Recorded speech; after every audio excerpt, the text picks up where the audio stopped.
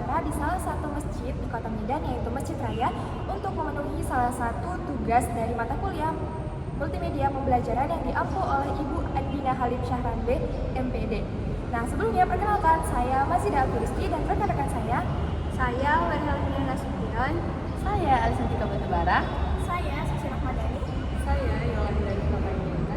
Selamat menonton. Halo teman-teman, pada kesempatan kali ini kami dari kelompok 3 akan melakukan observasi dan wawancara di salah satu masjid terkenal di Kota Medan, yaitu Masjid Raya. Nah, Masjid Raya ini teman-teman terkenal bukan hanya karena bangunan-bangunannya yang megah, tapi juga karena masjid ini memiliki banyak nilai sejarah yang dapat kita pelajari. Nah, pada video kali ini kami akan mengajak teman-teman untuk melihat lebih jelas setiap sudut bangunan-bangunan Masjid Raya serta mempelajari sejarah-sejarah apa saja yang ada di dalamnya. Nah, untuk itu mari kita simak bersama-sama video dokumenter pada kali ini seputar Masjid Raya untuk mengetahui bagaimana sejarahnya dan nilai-nilai apa saja yang ada di dalamnya. Alisantika Batubara, Pak, prodi PGMI dari UIN Sumatera Utara. Nah, jadi di sini Pak saya mau mengetahui Pak, bisa diceritakan sedikit Pak mengenai sejarah singkat berdirinya Masjid Raya Al-Mansur ini Pak, dan apa hubungannya dengan Kesultanan Brunei Pak? Masjid ini didirikan oleh Sultan Delhi. Jadi Sultan yang ke-9, Sultan Mahmud Arif Perkasa. Jadi masjid ini didirikan 1906 dan selesainya 1909. Jadi 3 tahun masa untuk pembangunan masjid ini. Jadi diresmikan pada hari Jumat tanggal 10 September 1909 oleh Sultan Delhi dan orang-orang besar Kesultanan ini dan para alim ulama pada masa itu untuk meresmikan pada hari Jumat untuk mendapatkan keberkahan hari Jumat. Nah, apa saja keunikan dari arsitektur atau ornamen di masjid ini Pak? Ya, masjid ini memang berbeda dengan masjid pada umumnya. Yang mana masjid itu Nusantara segi 4. Masjid ini ya bentuknya segi 8. Jadi ada kubah, ya kubahnya itu berbentuk segi 8. Jadi itu yang membuat keunikannya. Nah, kalau untuk ornamen masjid ini perpaduan antara Eropa, Timur Tengah, dan Asia. Jadi itu yang membuat. Nah Pak, selain sebagai tempat ibadah Pak, aktivitas sosial, budaya atau edukasi apa saja Pak yang rutin diadakan di lingkungan masjid ini Pak? Jadi masjid ini di samping tempat ibadah maupun sholat juga dijadikan pusat pendidikan oleh Sultan pada masa itu.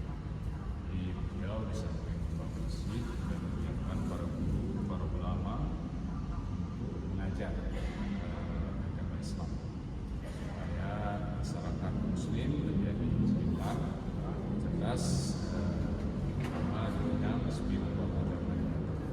Mereka paham agamanya dan paham juga pelaksanaannya. Jadi supaya tidak kemudian menjadi Islam KTP. Ada orang tuanya Islam dan Islam. Sultan tak mau begitu. Jadi supaya cerdas di bidang agamanya dan juga untuk perkembangan agama Islam pada masa itu. Alhamdulillah semua itu tercapai. Nah Pak, bagaimana upaya pengelola dalam menjaga keaslian nilai sejarah bangunan ini di tengah perkembangan kota Medan yang modern ini Pak? Ya. Masjid alhamdulillah sampai sekarang masih dipertahankan bentuk aslinya dan kita juga dalam hal ini masjid masuk dalam cagar budaya nasional. Jadi masjid ini tidak bisa dirubah dan kita ada penambahan hanya kamar mandi karena kebutuhan masyarakat jemaah semakin banyak, muslim semakin banyak di kota Medan ini. Jadi sehingga pada hari-hari tertentu kita membutuhkan yang sekarang sebenarnya juga belum waktu kebutuhan itu, tapi kita coba berusaha. Jadi kalau untuk masjidnya sendiri, alhamdulillah masih resmi. Jadi kita setiap ada kerusakan atau apa, kita berkoordinasi dengan pihak-pihak terkait, terutama pihak Cagar Budaya Nasional wilayah 2 Sumatera Utara. Kita berkoordinasi sama. Selanjutnya ada pertanyaan. Apakah masjid ini sering menerima kunjungan belajar anak sekolah SD atau MI gitu Pak? Dan jika ada, biasanya apa hal yang menarik perhatian mereka untuk belajar gitu Pak? Jadi masjid ini dikunjungi dari tingkat TK, SD, SMA, sampai mahasiswa-mahasiswa. Jadi tidak hanya sebatas dikunjungi oleh masyarakat atau para pelancong, turis. Jadi ada beberapa tergantung daripada sekolah untuk program mereka. Jadi kalau ya mungkin disampaikan juga secara singkat.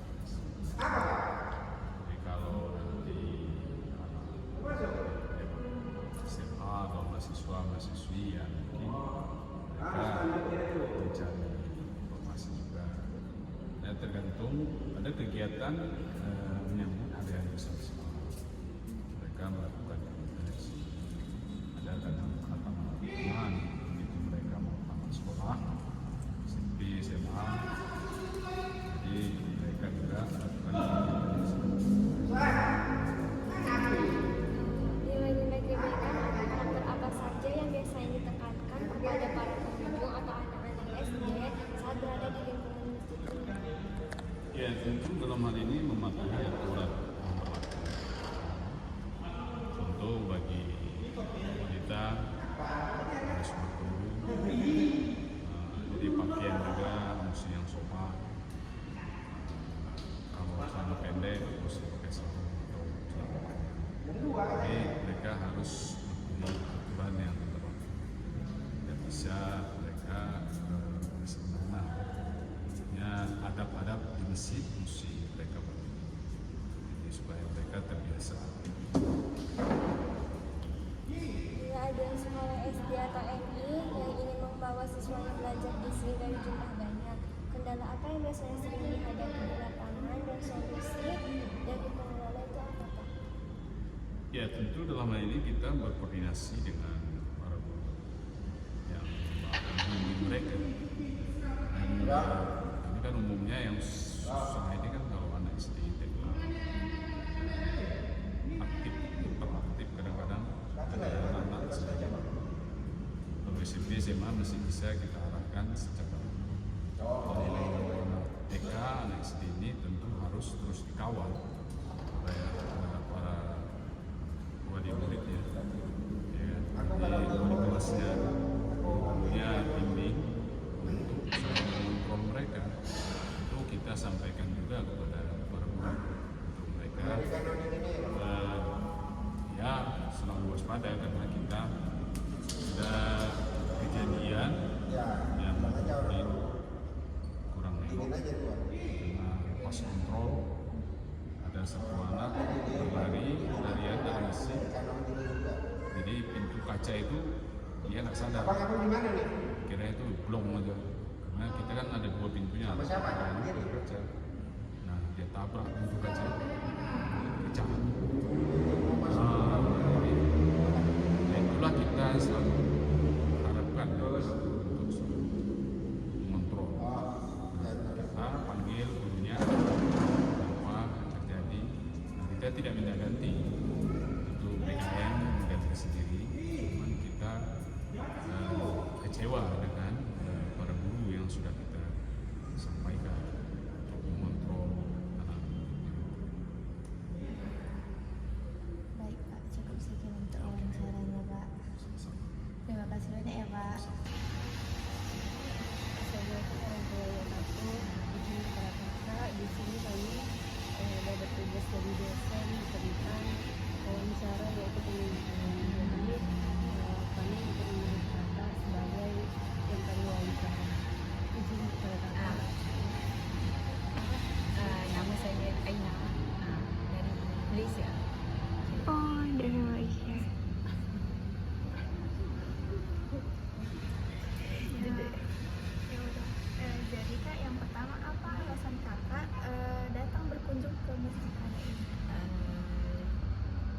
tujuan dia lah, tujuan dia sebab yang pertama sekali sebab kita nak tengok sejarah-sejarah dia, so dia punya apa pembinaan dia macam mana. Lepas tu yang kedua sebab kita nak solat lah, yang tu je lah. Baru Kak yang kedua, kakak baru kali ini atau udah sering datang ke masjid raya ini? Ni kali pertama, ni first time. Baru apa yang paling menarik di masjid raya ini Kak? Kalau saya rasa untuk yang dari Malaysia lah, saya rasa lain juga. Ada tempat letak kasut asing. Lepas tu ada apa sini panggil apa? Sandal. Sandal. Okey. Lepas tu kita ambil air wuduk, lepas tu kena jalannya sandalnya kan. Itulah bagi saya yang Paling menarik. kalau menarik tapi benda yang baru. Macam tu. Nah, selanjutnya apa pendapat kakak tentang kebersihan lingkungan di masjid raya? Kalau tengok tu okey lah, bersih. Bersih. Bagus. Baru bagaimana Kak fasilitas yang tersedia seperti tempat duduknya, toiletnya, dan area parkirnya itu untuk memadai bagian pengunjungnya itu apakah bagus atau gimana? Kalau parkir rasanya okey kot sebab dia luas kan. Lepas tu toilet pun tadi okey lah, bersih. Lepas tu kalau tengok luarannya macam okey lah. Okey. Banyak okey. Bagaimana sih Kak sikap pengurus itu waktu Kakak datang ke sini tuh bagaimana? Tadi macam baik saja. Dia cakap pun okey, sopan lah. Sopan. Ya. Kegiatan apa Kak? Kegiatan keagamaan yang diadakan di Masjid Raya ini apakah cukup bermanfaat Kak bagi Kakak? Saya baru first time datang, jadi saya belum tak tahulah macam mana kan. Jadi ikut. Menurut Kakak apakah Masjid Raya ini sudah menjadi tempat nyaman bagi Kakak untuk pendatang? Okey. Nyaman, selesa. So nanti mungkin boleh datang lagi lah. Menurut Kakak apa yang perlu ditingkatkan agar Masjid Raya ini menjadi lebih baik lagi, lebih menarik lagi? Kalau saya rasa mungkin boleh tambah slipper, sandal kan. So daripada tempat wuduk tu pakai Eskalator juga bisa. Itulah saya rasa lah. Contoh. Mungkin cukup sekian Kak wawancara dari kami. Terima kasih saya Kakak. Saya akhiri. Wassalamualaikum warahmatullahi wabarakatuh. Oke baik, sekian video dokumenter dari kami. Semoga video ini bermanfaat bagi teman-teman semua yang menontonnya. Thanks for watching.